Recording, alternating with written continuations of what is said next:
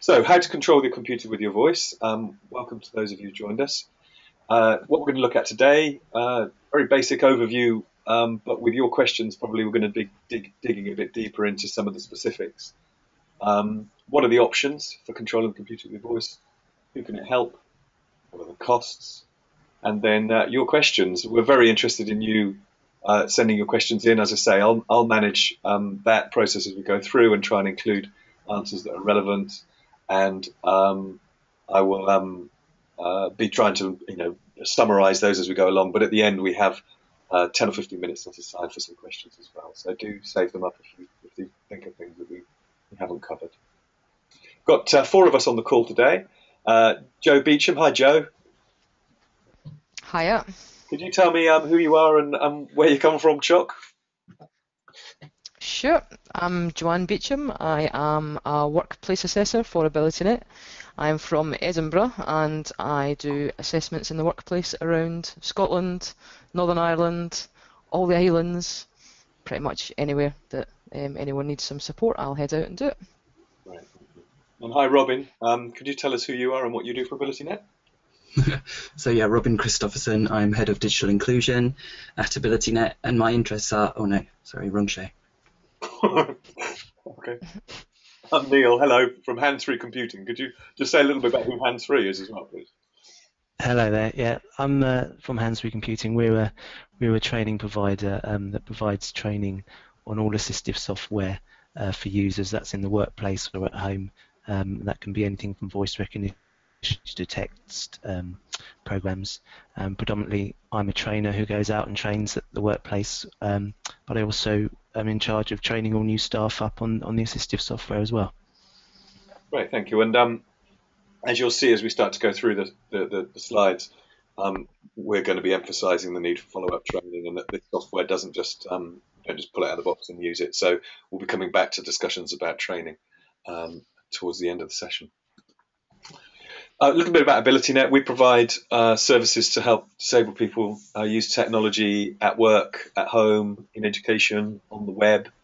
We do workplace assessments, as Joe said. That's going into the workplace and assessing people's needs, identifying and recommending software and other hardware and other solutions that meet their needs. We also have a disabled student allowances service, which helps those who are eligible for a DSA to identify their needs in higher and further education. And we do digital accessibility, web accessibility, we test apps, we help people produce accessible software and hardware. One of our most recent webinars that Rob and I were on was about Barclays, who've just produced an accessible version of their mobile banking app that we help them with, which is downloaded 4.8 million times. So we have specialist teams that work with people like that. We also run a guide to the interactive features in computers called My Computer My Way, and I'll be mentioning that a little bit later on. And we also run the Tech for Good Awards, which we run with BT. Nominations are open for the Tech for Good Awards now. If you're interested, that's to celebrate the people who use technology to make the world a better place. And actually, one of the past winners is going to be mentioned today, I just noticed. So I'll flag that up when that comes through. So, Robin, it's a good time to be talking to your computer, it would appear. Can you just tell us a little bit about the background to talking to your computer? I've got a slide here of, I don't know the name of this astronaut. He's in 2001 A Space. 2001. Yeah. Everyone remembers HAL 9000, who was the very intelligent but somewhat uncooperative computer, the spaceship. So yeah, absolutely, this is a really exciting time for these various technologies. I mean, here where we're talking about, being able to talk to your computer and have it talk intelligently back to you is becoming an increasingly sort of reality based on three aspects, really. One is being able to talk to the computer and have it understand natural language, that's, dictated text, or commands that you issue to your computer, both of which are key elements to what we're going to be talking about this week. But you really do need to, as Neil mentioned before, you need to talk about text-to-speech as well, and a lot of people get these two confused. Voice recognition or speech recognition software, which is talking to your computer and controlling your computer, is where the speech is going into the computer, and text-to-speech is where the speech is coming back. And both of those have increased in intelligence, in sophistication, incredibly over the last few years, decade, even 2 decades, to the point where you can, on many devices, dictate your commands without any prior training. And you can hand your phone to somebody else who's never spoken to it before, and it'll try and understand that person and make a pretty good job of it. But as we'll see later on, if you want to be a real proficient voice recognition user, then you really do need to go for the more sort of pro end of the market, and training and support is an absolute key component to that. And me as a blind person, for example, I'm benefiting every day from the increased sophistication and natural sounding synthesizers. So my computer is a lovely, nice sounding lady, and it used to be a sort of grating robot, so I'm pleased about that. And then the third component is the sort of artificial intelligence that we see in Star Trek and 2001, etc., and on most sci-fi programs, where it actually understands what you're saying, and what it speaks back is an intelligent answer to what you asked it, perhaps. And we're definitely seeing that with Siri and Google now and Cortana, and we'll talk a little bit more about that later on. Great, thank you. And I didn't say, but it says on the slides here that these slide set is available on slideshare.net. We actually had a problem with SlideShare. It's not uploading. For the last 3/4 of an hour, it's not been taking them. So the slides will be available at the end. And we're also recording the webinar. We produce a transcript of the webinar, and then we convert the transcript into captions for the video. So if anybody is listening and wants to know more about what's been shown on screen and can't see it, for example, the transcript will be available as well at the end, as well as the slides. So I've got to mention that.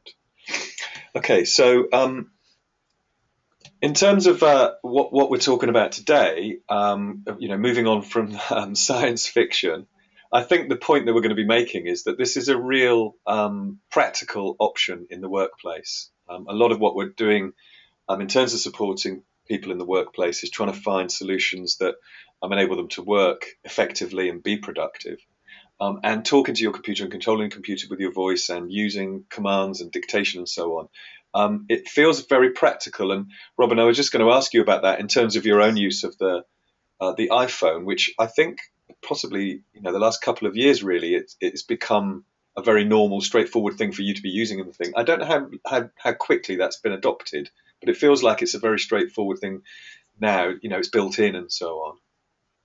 Absolutely. I think that this addition to smartphones, and obviously the popularity of smartphones in general, has really sort of mainstreamed this idea of being able to talk to devices, whether it's for dictation of emails or texts, or to control. So command and control, which is the sort of technical term for making your device do things when you issue a voice command, and dictation are very much more on people's radar these days because of smartphones and the fact that you can do that very thing. And for people with different disabilities, for whom everyday use of a device, particularly inclusive device like an iPhone or an iPad, for example, are very doable, but often quite pedestrian, quite take a lot longer for us to do things. Perhaps people who don't have an impairment, it just short circuits that, and from a productivity point of view, as well as an accessibility point of view, it's a huge benefit for a wide range of people. Right, thank you. And just to confirm, really, as you were saying, some people are using this because it's more convenient, but it's actually their preference. Whereas from our point of view, in terms of disability, obviously, we're particularly interested in the fact that it can help people with cognitive or motor or vision impairments or any of those combinations. And then not long ago, we were doing a workshop about RSI, and of course, this is a way of avoiding the use of keyboards or mice, even if it isn't the only way that you use to communicate with the computer. So, it really is a wide-ranging topic, and for us, in terms of the change in technology, it's becoming increasingly common to talk about it with people as a practical solution and not the science fiction that we were thinking about before. And also, Robin, I think the other thing I'd like to ask you about is the legal position, that this isn't just an IT issue, that employers have a responsibility to their employees. Could you tell us very briefly about that in terms of the legal position for reasonable adjustment? Absolutely.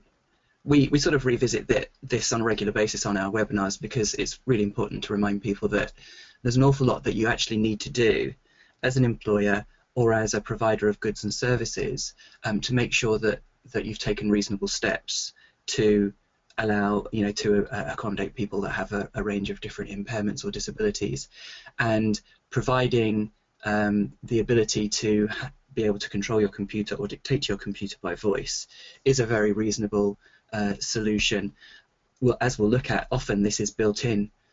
It's functionality that already exists on the computer, and perhaps all they would need is a bit of support and training. If they do need to buy something, it's not thousands of pounds as it used to be. So it very much falls into the realms of what is called a reasonable adjustment, even with training and support, which we would heartily endorse. And it's something that you really do need to be thinking about for people with this wide range of impairments that we see here. Right.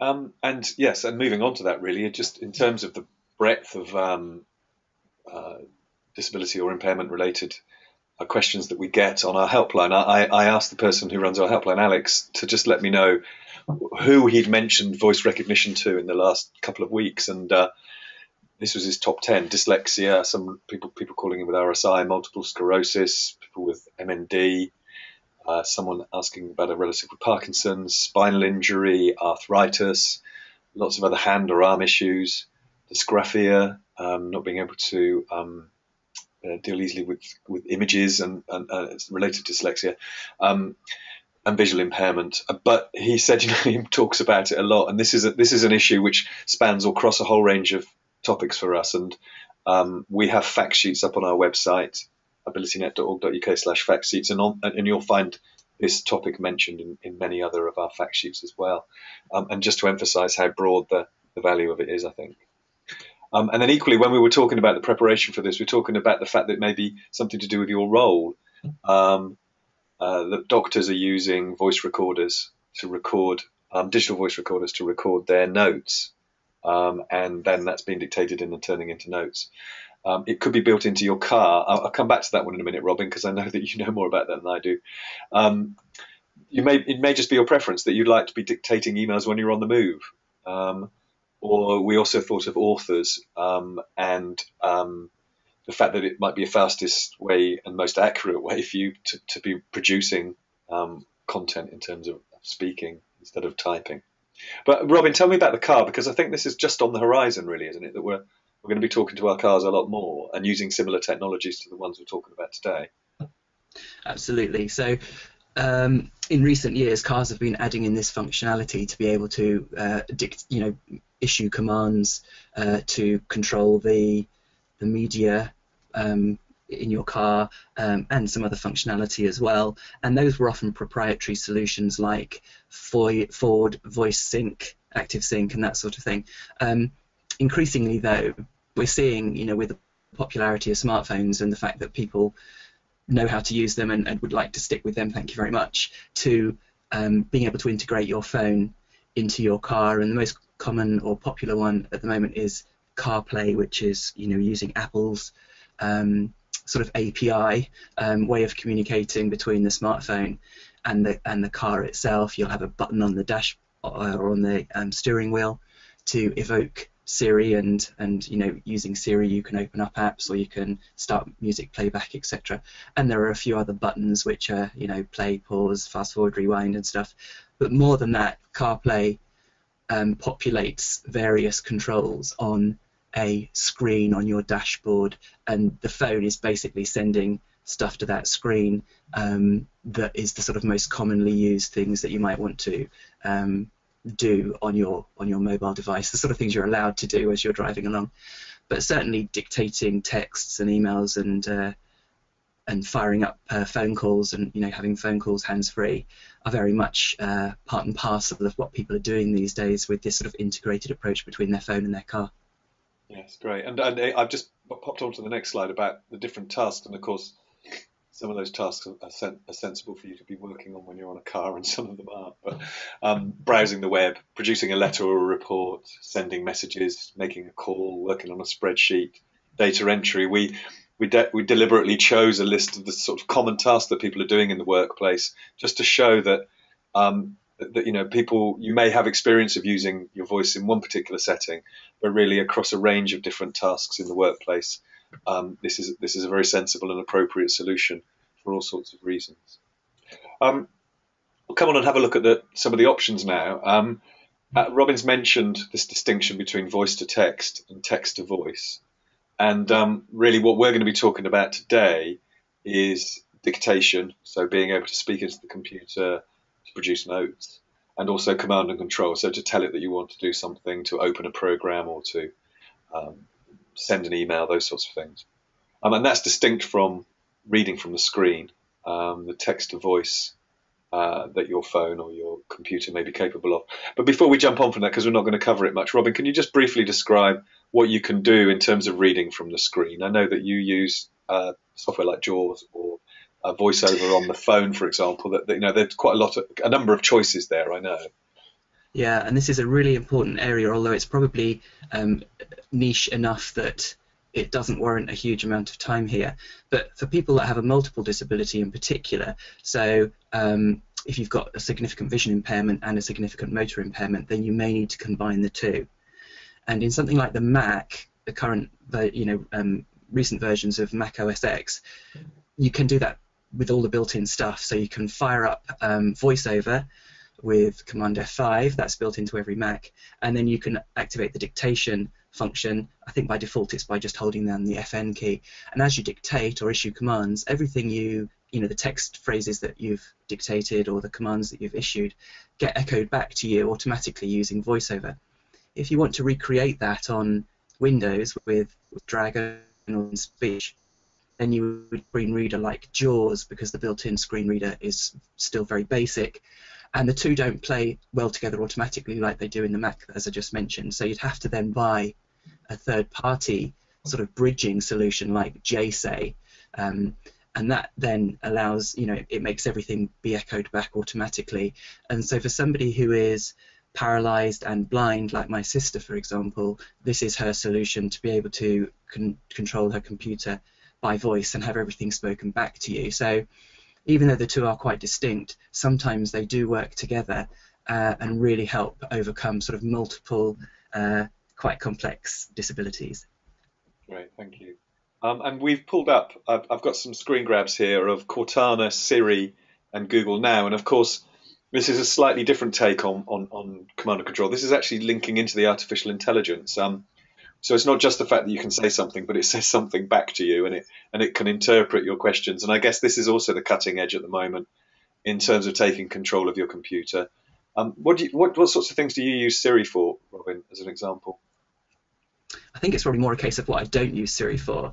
And even though it is quite mature and sort of intelligent, the 3 times out of 10 that it absolutely bombs, you think, when's it going to kind of become really, really intelligent? And I think that's definitely just around the corner, whereas it'll be the exception when she doesn't understand what you're saying. And we can see the sort of maturity of this as an interface where there's no dependence on a screen or a keyboard at all, with something like the Amazon Echo, which is that rather ominous looking black pillar. I don't know if we've got a screenshot of it up here, but it's not much to look at really. It's got no screen, it's got no keyboard or anything. It just sits there on your desk or kitchen surface, and you can just talk to it, a bit like saying "Hey Siri" or "Okay Google," and it will perk up, and you can just ask it anything, just as you can with these other virtual assistants. And it has no fallback to screen or keyboard or kind of touch interface. It literally, that's the sort of level of confidence that Amazon have, that this voice in, voice out, that you could call it, way of interacting with the internet has reached its sort of sufficient level of maturity. So it's really exciting. And I guess these things are happening very quickly. I mean, that Amazon thing was released last summer, or was it before Christmas? Just before Christmas? Yeah, sort of 6 months ago. Yeah. I mean, so it probably is difficult to guess exactly where we're going to be, even in a couple of years' time. How quickly that stuff will mean in the workplace that you are able to dictate much more comfortably, maybe less training required, for example, because that's a lot of the change has been that as you say, that it understands you better when you're speaking, and makes a more intelligent response to what you've said. That's sort of where the technology's at the moment, isn't it? We're talking about the power of computers and using the cloud and so on to whisk away your request for information and to fire back the right answer. I guess that's happening Yeah. very quickly now. A lot of these devices are internet. They require the internet. They do the processing on the cloud, and there's obviously security implications there as well. But it's definitely the way things are going. You're going to be talking to your car. Many models do that already. Many smart TVs you can do that. With the Xbox you can do it. So it's almost going to become very, very normal. That's great. So let's move into a bit more practical then. That's where the technology is taking us. Joe, we're going to run through 3 examples here of who could be helped by using the voice recognition software. But before we do that, could you just tell me a little bit about the sort of typical way that you'd work with somebody? You're going into the workplace to meet someone because somebody's requested an assessment of some kind. What sort of reasons would there be why you'd be going in to talk to someone generally? Yeah, sure. Generally, we'll usually receive a referral through for a workplace assessment, either following a diagnosis for someone, either following they've maybe had a diagnosis long term, especially in the first example with deteriorating MS, it's relapsing remitting. So after a period of relapse, maybe there's some new symptoms that have came out. Generally, that's when we'll see a referral come through, and then we would spend time. Usually it's around a 2-hour assessment time, but that can vary depending. And sometimes I've seen myself in assessments for 3 or 4 hours. I'll just be there for as long as what I need to be there in order to make the right recommendations to help that person that I'm going to see. Great. And just to clarify, this is a paid-for service that employers would pay for. It's part of that legal responsibility within the workplace. Employees would be requesting support, and very often you're going to need somebody with your expertise. So could you just clarify that your own sort of expertise and background in terms of knowledge and subject knowledge? Yeah, perfect. I started out as I did a degree in physiotherapy, and from there I went on and did some qualifications in holistic therapy, and during that time I worked within sort of telecommunications and had some experience in mobile technology applications and software. And then from that, coming into this role, I've combined a lot of it. So I'm taking from ergonomics right through to assistive technology and software. So Right. And I think broad background. if we look at the example here, you can see how broad that needs to be as well, because the technology isn't the answer. I think we say that a lot in the work that we do, but you're talking about somebody who's got deteriorating MS, but somebody clearly 100%. quite busy in the workplace and working in multiple locations. I mean, that's not unusual, suffering from fatigue. Could you just talk through a little bit about what the suggestion was that you made, or the recommendation you made, this dragon naturally speaking and so on? Yeah, of course. The dragon naturally speaking was one of the wow moments as part of the assessment. During every part of it, we try and trial and demonstrate as much technology and as much kit that's available that I can take with me. But just purely providing Dragon naturally speaking wouldn't address the fact that you have to be comfortable at the workstation that you're actually dictating. So with this particular person, there's other aspects and symptoms from the MS that include varying degrees of pain and discomfort while seated.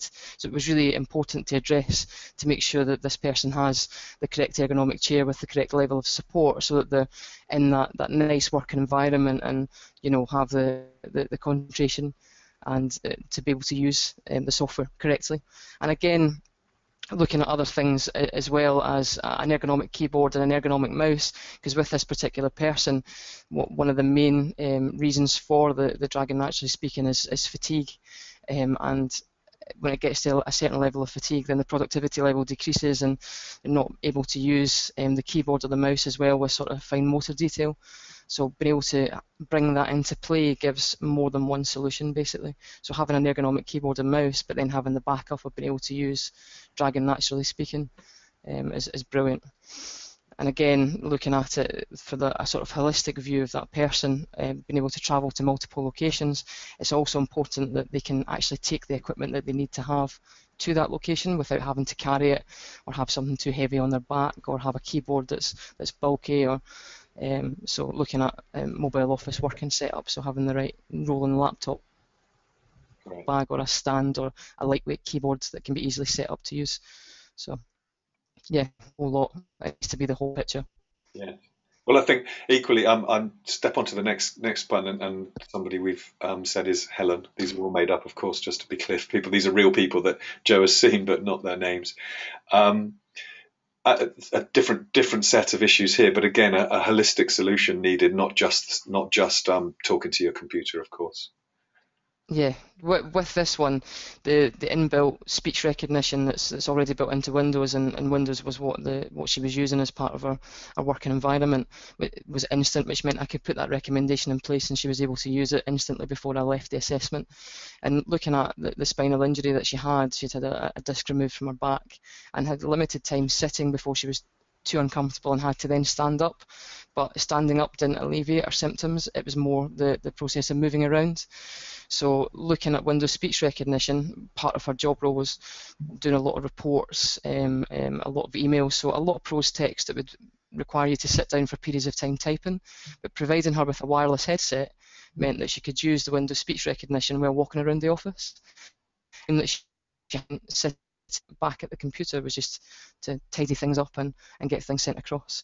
So again, it's keeping the productivity.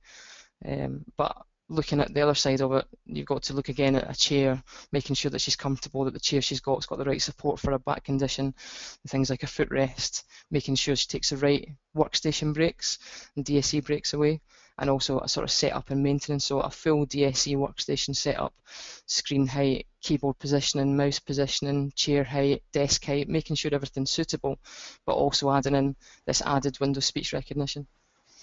Great, thank you. And then finally, Mira, once again recommending Dragon Naturally Speaking, but could you just explain a little bit about the other options you put in here and how they were relevant to her?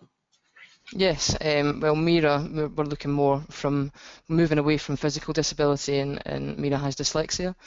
And one of the main things when we went through the dyslexic profile that she's got was confusable words, so looking at things like homophones. So when you're using Dragon Naturally Speaking, that's where it's intelligent, that it listens to you in context. So if you're using words like there and there, whether it belongs to them, whether it's over there, or whether it's they are, it'll automatically use the correct words. So that it removes that stress, because especially in the workplace, if you're a manager of a team or even anything producing reports or communication, then you want to make sure you maintain a level of professionalism, and Dragon Naturally Speaking can help you do that. But again, it's not the full solution for this person. You also look at other software types like Text Help, Read and Write Gold, and Global Autocorrect. And again, these types of softwares will really help to address, well, Text Help, instead of being speech to text, you've got text to speech. And then Global Autocorrect is, Mira also spelled words phonetically when typing, and using different clients. If she's doing instant messenger, then maybe Dragon Dictate's not appropriate to use. So when typing, Global Autocorrect will automatically correct how she spells things. It analyses the sound patterns in the words and automatically changes things for you, rather than the standard sort of Microsoft Word or standard inbuilt spell checker. And again, with dyslexia, looking at colour overlays, reading rulers, and workplace coping strategy coaching. So that together as a full package gives her a full suite of adjustments, including the controlling your computer with your voice. Great, thank you. And this is that point I mentioned where Global Autocorrect is one of the past winners of Tech for Good Awards, which are a small company that set up a specialist piece of software. They won, I think, 4 years ago now, and just grown enormously. But a very powerful piece of software that fitted into a niche within this whole area. So we're just going to summarize here a little bit. I think what we haven't quite sort of explained in detail is some of the options. So you've seen there who it's relevant for, and hopefully given a picture of it not just being about the software. The main message there really is that it isn't just about getting the right computer. So we didn't want to start with this list particularly because you can see there's a whole package there that might be relevant to somebody's needs. But in terms of the options with the actual software, there are the built-in options. Mac and Windows both have speech recognition built into them. That's Windows on the desktop and Mac on the desktop and on iPad and iPhone. We were discussing Windows 10. I don't think we know yet whether that's going to be cross-platform, but we'll come back to that in a second. And then we've Dragon Dictate has some built-in options that you can get on different places that would be the software that you add. Sorry, that bullet point is incorrect there. That's not built in. And then there are apps, and Dragon Dictate is available as an app. You can get that for free, I think, on the iPhone and Android. And then, Robin, there's something here that you mentioned called Vocal, which I think is starting to fill that gap a little bit like Siri, where you can take control of particular commands. Presumably you can dictate with that as well. Yeah, it's for people that maybe don't have a device, that's running iOS, is it 6 or above, and maybe don't have Siri. If you've got iOS 4S, or was it the 4? I can't remember. You can add in a sort of a virtual assistant like Vocal here, or EVI is another one that's cross-platform, that sort of does a lot of what these virtual assistants do, in some cases even more efficiently. So you might want to have a look at these. They're, like all apps, free, or just a few pounds or pence. And something like Vocal goes that extra mile. So my sister, I mentioned before, who can't interact and can't see, can't interact sort of physically with the device, she could use Vocal on iOS to do. It gives you a lot more voice commands, verbal commands than Siri does, as long as you stay within the Vocal app. You can say, read me my last 17 tweets. You can say, you can dictate emails and tweets with a lot more commands to edit them and stuff than Siri would allow. You can say, play such and such audiobook or something, and you can say previous turn. And so it's like a voice commanded environment on steroids, as it were. So yeah, definitely have a look at Vocal for people who need a completely hands-free, eyes-free experience, or just who want to have a hands-free, voice-enabled experience out of preference. And actually, this picks up on a question that we've had as we've gone along. Somebody asked about they've used the accessibility feature on their iPhone, but it proved to be very difficult and had to disable it. What would you recommend to use for mobile accessibility? I've used JAWS on my laptop and would like something similar to my iPhone. I wonder whether that's an option that would be worth considering. Yeah, I mean, I'm imagining then that they're perhaps talking about VoiceOver, because the accessibility features on iDevices are very, very broad and cater for a wide range of impairments. But if they're talking about VoiceOver, then if they're a JAWS user on the desktop, then there will be a learning curve, because it's a different set of, it's a different environment, a different operating system, different ways of controlling it. But I would perhaps ask them to persevere, because VoiceOver is good as JAWS, if not better, because you don't have to learn 58 different keystrokes, because you can just roam your finger around, and the learning curve is very much less significant. But if they want to try something like Vocal to just be able to do some things, but you certainly aren't going to be able to control all your smartphone features. You can post to Facebook and you can do things like that through Vocal, but you can't, I don't know, I'm trying to think what you can't do with it. Well, I'm sure there are lots of things on your smartphone. You can't take a picture with it, I don't think, verbally or anything like that. So you'll only ever be doing a subset of what your phone is capable of. And I would definitely encourage them to have a look at VoiceOver, because it's just so comprehensive and really very good. Okay, and that brings us on to some of the pros and cons of these options, really, aren't they? We've got a list here. I'm just going to read. There's the training time needed. There's the cost, the fact that it's not built in. It's built into some things. You might have to add it into others. There may be a cheap app or a more expensive piece of software like Dragon, naturally speaking, which is going to cost you £100 or so. There's your accuracy of how well it understands and reproduces what you said. And then the thing you've just mentioned is the ability to control the computer. There may be some limitations between some options. Can't control every command or every part of the device available to you. I think this one was yours, Joe, where you said you'd set up a script for saying "Good morning, dragon," and then that script could do very specific commands, which may not be able to do in many other options. Could you just say Yeah. what you did with that? Yeah.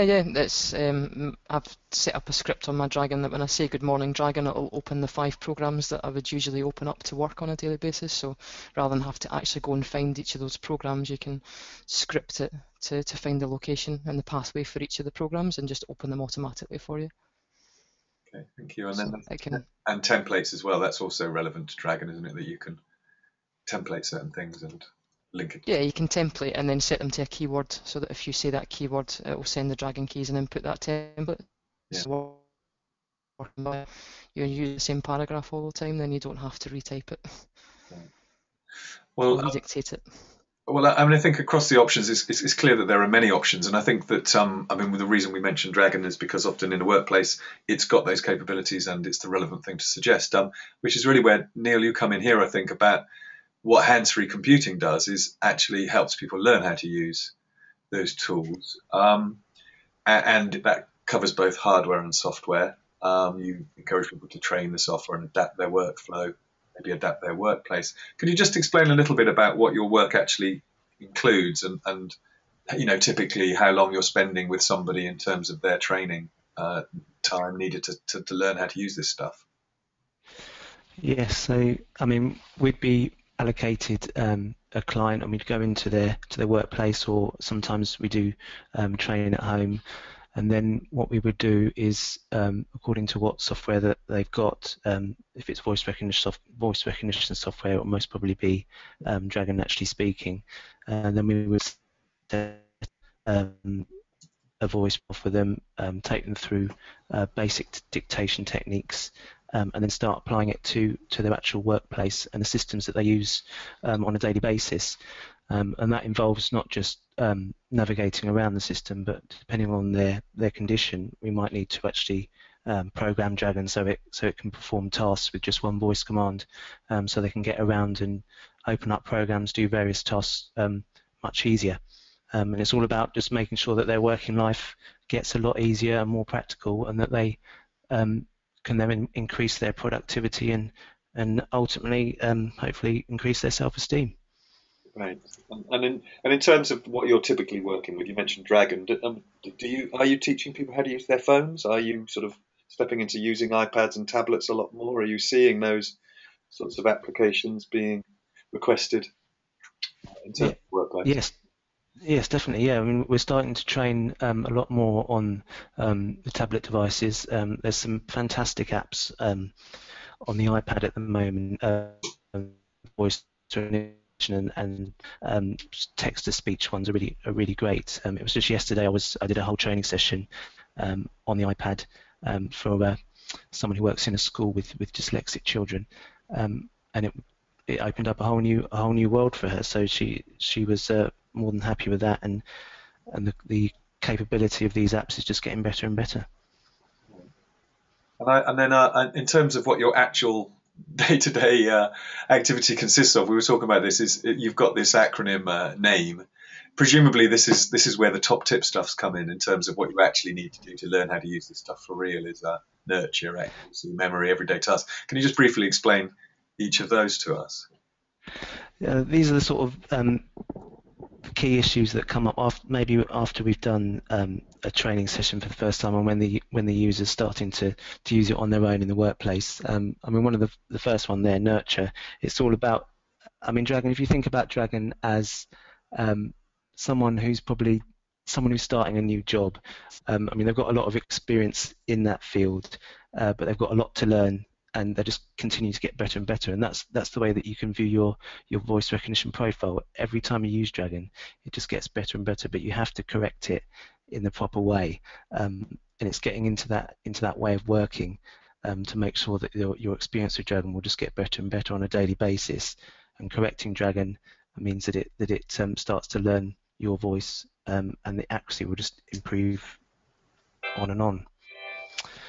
And then you can move on to the actual accuracy issues, which is where we want to know the user for themselves how to improve the accuracy themselves once we're gone. So that might involve learning how to add new words to the vocab to customize it to their particular field, because there's going to be certain specific job-related words that they need it to recognize.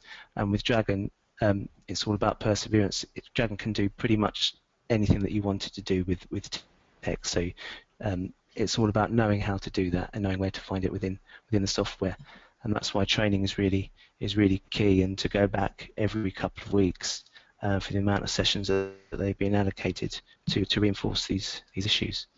And memory recall is one of the things, especially if people are suffering with any sort of form of dyslexia that's got a lot of if they find it hard to follow processes, that sort of thing.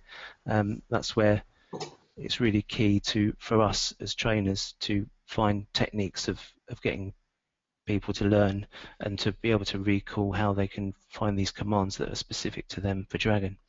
And then the final one is making sure that it's integrating it into their everyday work. So Dragon can do a lot. There are voice commands to control the whole computer, but that doesn't mean that you have to use all of them.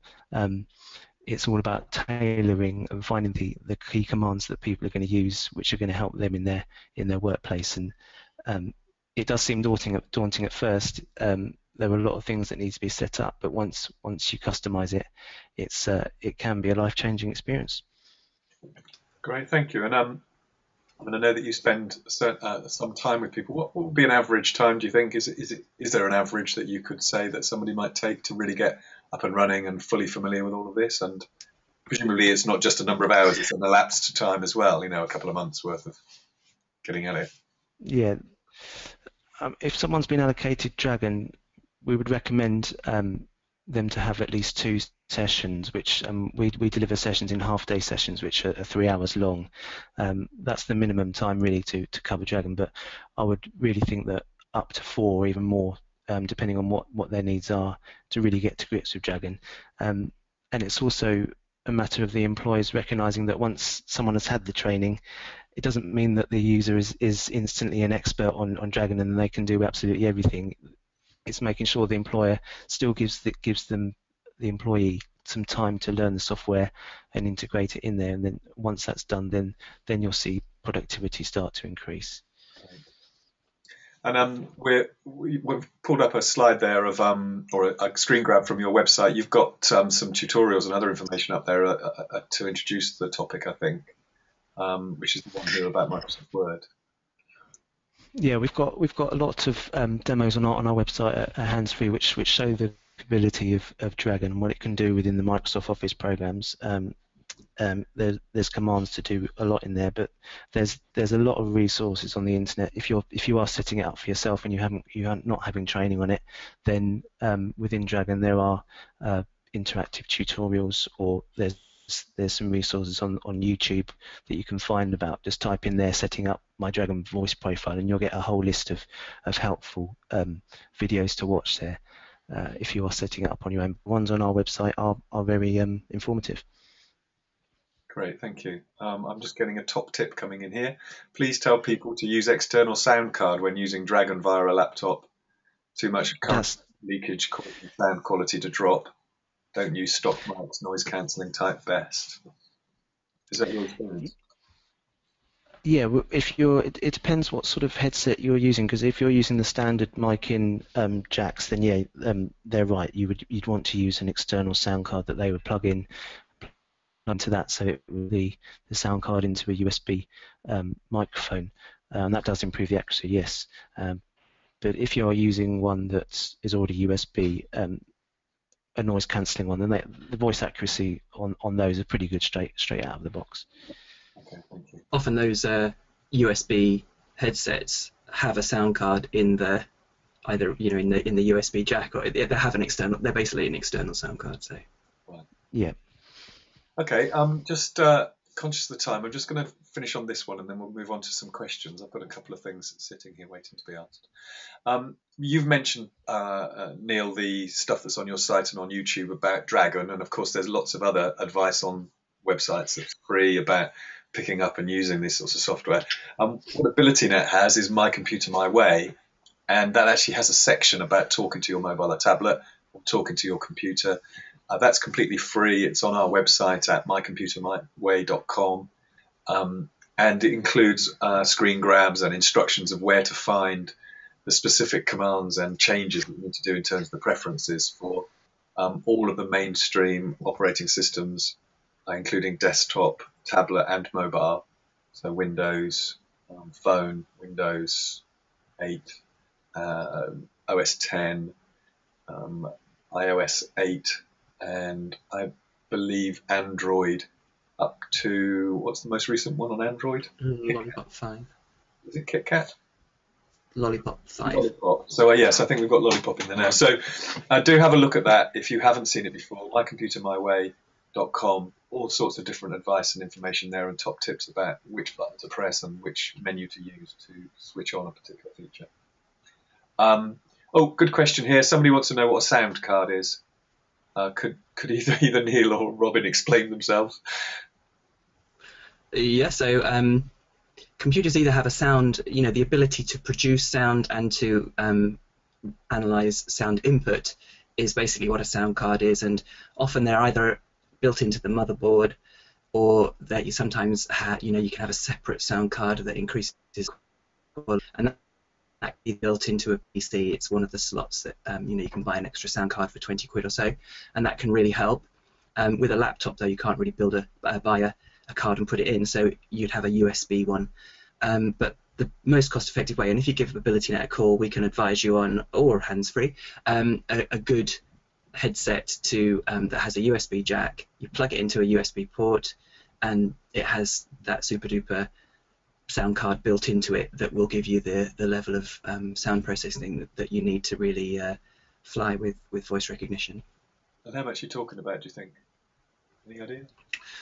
I mean, Neil, 40 or 50 quid for a decent headset? A headset would start at a bit less than that, so about £25 for a good noise cancelling headset. But yes, they can go up to about 100. And for the external sound card, then they'd be starting at about £15 for a USB. Okay, thank you.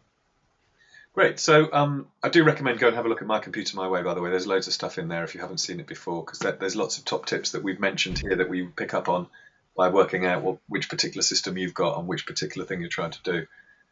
So there's a lot of practical help in there. So your questions. If you have any questions, please do let us know. We're going to have, what have we got? We've got about 5 minutes. I'm going to pick a couple out here. If an individual is using speech recognition software day to day, but in examination conditions must use a clean computer, are there any tips or help available for them, please? I don't know whether any of you have come across that circumstance where they are going into an examination system setting or a test of some kind. Anybody got any suggestions there? I think that part of what would be a reasonable adjustment would be to allow them to pre-install their profile so that they had the same level of recognition accuracy. It would take some preparation. That's all I can say. We would see that as reasonable. Okay. Yes, and also if whether or not if they couldn't have Dragon on the system, that they could be maybe dictating their answers into a dictaphone, and what we mentioned earlier, that you can then transcribe your dictation into Dragon afterwards onto a computer. And of course, there's always the option of an amanuensis, a scribe, who can you can just talk to, and they will write it down for you. Okay, thank you. So hopefully those are useful. There's a question here about using VoiceOver in OS 10. I'm going to try and connect these two together. VoiceOver needs 3 keys to be pressed to read back text on OS 10. That's with an exclamation mark. Somebody's suggesting that that's a problem.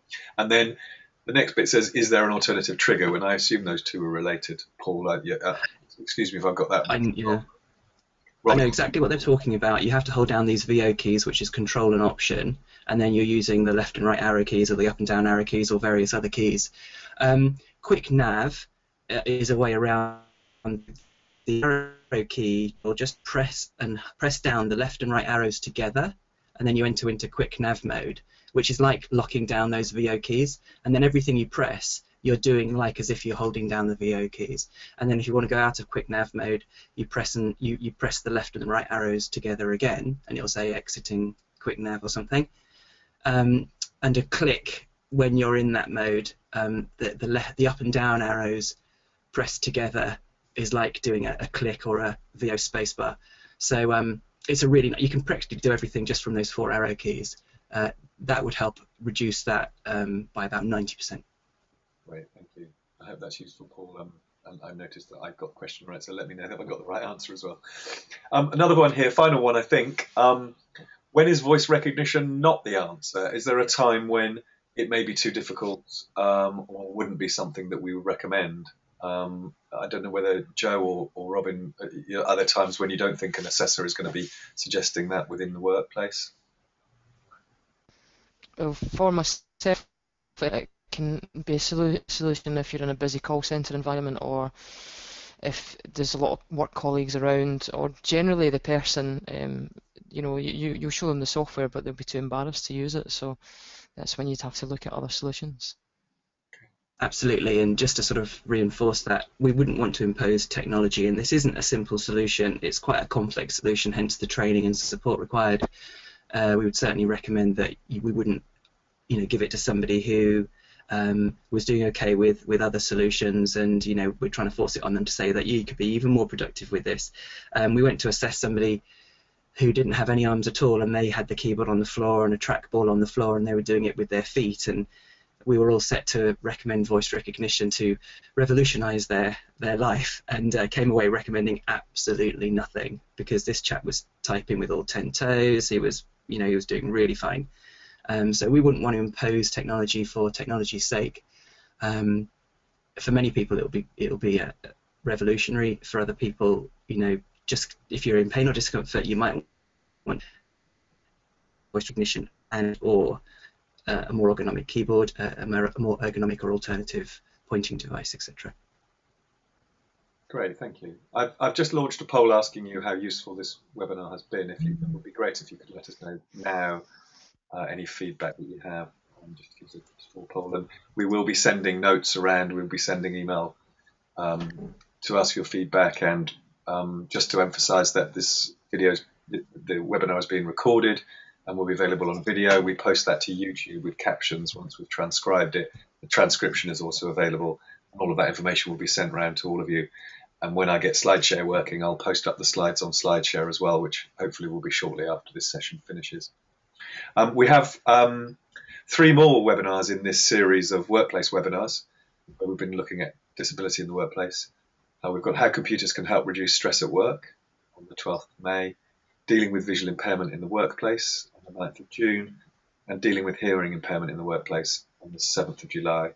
All of the webinar information, including previous webinars and recordings of previous webinars, is available at www.abilitynet.org.uk/webinars. And finally, if you do want to talk to us about anything that you've heard about today in terms of services or support, talk to our sales team, sales@abilitynet.org.uk, or 01926 465 247. I should also mention that we have a free helpline for any questions related to assistive technologies, which is 0800 269 545. You'll find those details on our website. So I hope you found today useful. 57% of you said it was very useful, which is gratifying, and 29% of you said useful. So we're definitely in the right ballpark there. And please do join us for the next webinar, which is how computers can help reduce stress at work on the 12th of May. Thank you, Joe. Thank you, Neil, and thank you, Robin, and thank you all for coming. We'll speak to you again soon.